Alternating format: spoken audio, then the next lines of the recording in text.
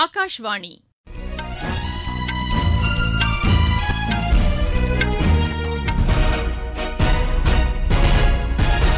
செய்திகள் வாசிப்பவர் சுமித்ரா ரத்னம்.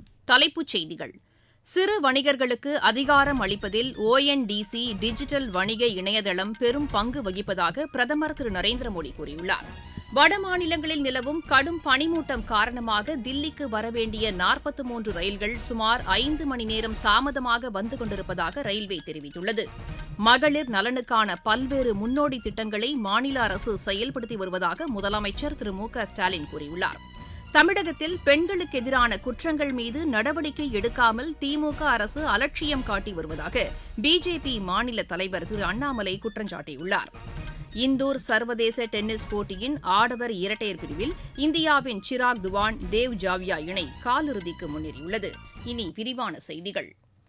மின்னணு வர்த்தகத்தை பிரபலமாக்கி சிறு வணிகர்களுக்கு அதிகாரம் அளிப்பதில் ONDC இணையதளம் பெரும் பங்கு வகிப்பதாக பிரதமர் திரு நரேந்திர மோடி தெரிவித்துள்ளார். டிஜிட்டல் வர்த்தகத்திற்கான திறந்தவெளி இணையதளமான ONDC தொடங்கப்பட்டு 3 ஆண்டுகள் நிறைவடைவதையொட்டி மத்திய வர்த்தகத்துறை அமைச்சர் திரு பியூஷ் கோயல் வெளியிட்ட சமூக வலைதள பதிவை மேற்கோள் காட்டி பிரதமர் இதனை தெரிவித்துள்ளார். வளர்ச்சி மற்றும் முன்னேற்றத்தை அதிகரிப்பதில் இந்த இணையதளம் முக்கிய பங்கு வகிப்பதாகவும் திரு நரேந்திர மோடி குறிப்பிட்டுள்ளார். தேசிய மின்னணு ஆளுகை விருதுகளுக்கான விண்ணப்பங்களை அடுத்த மாதம் 15ஆம் தேதிக்குள் அனுப்பலாம் என மத்திய நிர்வாக சீர்திருத்தத்துறை அறிவித்துள்ளது.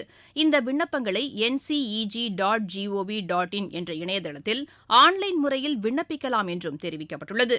இணைய பாதுகாப்பில் சிறந்த மின்னணு ஆளுகை நடைமுறைகள், டிஜிட்டல் தளங்களில் தரவு பகுப்பாய்வை பயன்படுத்தி டிஜிட்டல் மாற்றத்தை ஏற்படுத்துதல் உள்ளிட்ட 6 பிரிவுகளின் கீழ் விண்ணப்பங்கள் வரவேற்கப்படுகின்றன. வடமாநிலங்களில் நிலவும் கடும் பனிமூட்டம் காரணமாக தில்லிக்கு வரவேண்டிய 43 ரயில்கள் சுமார் 5 மணி நேரம் தாமதமாக வந்து கொண்டிருப்பதாக இந்திய ரயில்வே தெரிவித்துள்ளது. மகாபோதி எக்ஸ்பிரஸ், ஸ்ரம் சக்தி எக்ஸ்பிரஸ் உள்ளிட்ட ரயில்கள் தாமதமாக சென்று கொண்டிருப்பதால் இந்த ரயில்களில் பயணிக்க வேண்டிய பயணிகள் அந்தந்த ரயில் நிலையங்களை தொடர்பு கொண்டு சரியான நேரத்தை அறிந்து கொள்ளுமாறு கேட்டுக் கொள்ளப்பட்டுள்ளனர். இதனிடையே பஞ்சாப், ஹரியானா, சண்டிகர், மத்திய பிரதேச மாநிலங்களில் இன்றும் நாளையும் கடும் குளிர் மற்றும் பனிமூட்டம் நிலவக்கூடும் என்று இந்திய வானிலை ஆய்வு மையம் தெரிவித்துள்ளது. உத்தரப்பிரதேச மாநிலத்தின் பல்வேறு பகுதிகளிலும் கடும் குளிர் நிலவக்கூடும் என்றும் தெரிவிக்கப்பட்டுள்ளது. மேலும் மேற்கு ஈரான் பகுதியில் நிலவும் சுழல் காற்று காரணமாக மேற்கு இமயமலை பகுதிகளில் அடுத்த 2 நாட்களுக்கு மழை மற்றும் பனிப்பொழிவு காணப்படும் என்றும் வானிலை மையம் தெரிவித்துள்ளது. கேரள ஆளுநராக திரு ராஜேந்திர விஸ்வநாத் அர்லேக்கர் இன்று பொறுப்பேற்றுக் கொண்டார். திருவனந்தபுரம் ஆளுநர் மாளிகையில் நடைபெற்ற நிகழ்ச்சியில் அம்மாநில உயர்நீதிமன்ற தலைமை நீதிபதி நிதின் ஜம்தார் திரு ராஜேந்திர விஸ்வநாத் அர்லேக்கருக்கு பதவிப் பிரமாணம் செய்து வைத்தார். இதுவரை கேரள ஆளுநராக இருந்த திரு ஆரிஃப் முகமது கான் பீகார் ஆளுநராக பொறுப்பேற்றுக் கொண்டார். சமூகத்தின் வளர்ச்சிக்கு பெண்களின் முன்னேற்றம் அவசியம் என்று முதலமைச்சர் திரு மு.க.ஸ்டாலின் தெரிவித்துள்ளார். சென்னை சைதாப்பேட்டையில் பெண்களுக்கான வேலைவாய்ப்பு மற்றும் சுயதொழில் வாய்ப்புகளை உருவாக்கும் நோக்கில் அமைக்கப்பட்டுள்ள மகளிர் திறன் மேம்பாட்டு மையத்தை தொடங்கி வைத்து பேசிய அவர் மகளிர் நலனுக்காக திமுக அரசு நிறைவேற்றி வரும் திட்டங்களையும் பட்டியலிட்டார். அரசு பணிகளில் மகளிருக்கு இடஒதுக்கீடு, மகளிர் சுய உதவி குழுக்கள், சொத்துல பெண்களுக்கு சம உரிமை, பெண்களுடைய பொருளாதார தன்னிறைவுக்காகவும் பல திட்டங்களை நாம் தொடர்ந்து தீட்டி வந்து கொண்டிருக்கிறோம். கலைஞர் மகளிர் உரிமை திட்டம், விடியல் பயணம் திட்டம், அதை தொடர்ந்து புதுமை பெண் திட்டம், பணிபுரிந்து கொண்டிருக்கக்கூடிய பெண்களுக்கான தோழி விடுதி, ஹாஸ்டல், பெண்கள் நல்ல வேலைக்கு போகணும், பெண்கள் அதிகாரத்தில் போய் அமரணும், பெண்கள் உலக அறிவை பெறணும் என்பதற்காகத்தான் இதையெல்லாம் இன்றைக்கு நாம் செயல்படுத்திக் கொண்டிருக்கிறோம். முன்னதாக சென்னை செம்மொழி பூங்காவில் அமைக்கப்பட்டுள்ள மலர் கண்காட்சியையும் முதலமைச்சர் இன்று திறந்து வைத்தார். இந்த கண்காட்சி இம்மாதம் 11ஆம் தேதி வரை நடைபெறுகிறது. தமிழக பள்ளிக் கல்வித்துறையின் செயல்பாடுகள் குறித்த ஆய்வுக் கூட்டம் அத்துறைக்கான அமைச்சர் திரு அன்பில் மகேஷ் பொய்யாமொழி தலைமையில் சென்னையில் இன்று நடைபெற்றது. பள்ளிக் கல்வித்துறை மானிய கோரிக்கையில் வெளியிடப்பட்ட அறிவிப்புகளின் செயலாக்கம் மற்றும் முன்னேற்றம் குறித்து அதிகாரிகள் இதில் எடுத்துரைத்தனர். பள்ளிக் கல்வித்துறை செயலாளர் திருமதி மதுமதி மற்றும் உயரதிகாரிகள் இக்கூட்டத்தில் பங்கேற்றனர். பொங்கல் பரிசு தொகுப்புக்கான டோக்கன் நாளை முதல் வீடு வீடாக சென்று விநியோகிக்கப்படும் என்று மாநில அரசு தெரிவித்துள்ளது. மாநிலத்தில் உள்ள சுமார் 2 கோடி குடும்ப அட்டைதாரர்களுக்கு தலா 1 கிலோ பச்சரிசி, 1 கிலோ சர்க்கரை மற்றும் முழு கரும்பு பொங்கல் பரிசு தொகுப்பாக வழங்கப்பட உள்ளது. இந்த பரிசு தொகுப்பு அந்தந்த பகுதியில் உள்ள ரேஷன் கடைகள் மூலம் வழங்கப்படும். நீங்கள் கேட்டுக்கொண்டிருப்பது ஆகாஷ்வாணியின் செய்தி அறிக்கை. 3ஆம் முறை மோடி அரசின் முதல் 100 நாள் சாதனைகள். ஒட்டுமொத்த மற்றும் நீடித்த வளர்ச்சிக்காக 15 லட்சம் கோடி ரூபாய் முதலீடு. வேளாண் துறை கட்டமைப்பு வசதிகளை மேம்படுத்த 3 லட்சம் கோடி ரூபாய். தமிழகத்திற்கு 2 புதிய வந்தே பாரத் ரயில் சேவை. தூத்துக்குடி துறைமுகத்தில் 7000 கோடி ரூபாய் முதலீட்டில் மேம்பாட்டு பணிகள். 11 புதிய நகரங்களுக்கு வானொலி பண்பலை ஒலிபரப்பு விரிவாக்கம். செமி கண்டக்டர் இயக்கத்தில் தமிழகத்திற்கு முக்கிய பங்கு. புத்தொழில் நிறுவனங்களை ஊக்குவிப்பதற்கென 1000 கோடி ரூபாய் ஒதுக்கீடு. வளர்ச்சியடைந்த இந்தியாவிற்கான பயணத்தில் மோடி அரசு. தொடரும் மக்கள் நலத் திட்டங்கள். தமிழகத்தில் பெண்களுக்கு எதிரான குற்றங்கள் மீது உடனுக்குடன் நடவடிக்கை எடுக்காமல் திமுக அரசு தாமதப்படுத்தி வருவதாக பிஜேபி மாநில தலைவர் திரு அண்ணாமலை குற்றம் சாட்டியுள்ளார். இதுகுறித்து சமூக வலைதளத்தில் அவர் வெளியிட்டுள்ள பதிவில், அண்ணா பல்கலைக்கழக மாணவி பாலியல் வன்கொடுமை வழக்கில் கைது செய்யப்பட்ட நபர் திமுக நிர்வாகி என்பதால் அவருடன் கைபேசியில் பேசிய நபர் யார் என்ற உண்மையை மறைக்க முயற்சிப்பதாக குறிப்பிட்டுள்ளார்.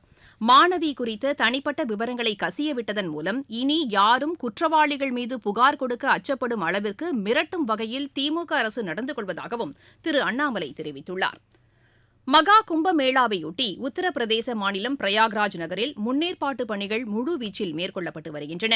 இம்மாதம் 13ஆம் தேதி தொடங்கி அடுத்த மாதம் 26ஆம் தேதி வரை 45 நாட்கள் நடைபெறவுள்ள கும்பமேளாவிற்காக மகா கும்ப நகர் என்ற பெயரில் தற்காலிக நகரம் அமைக்கப்பட்டுள்ளது.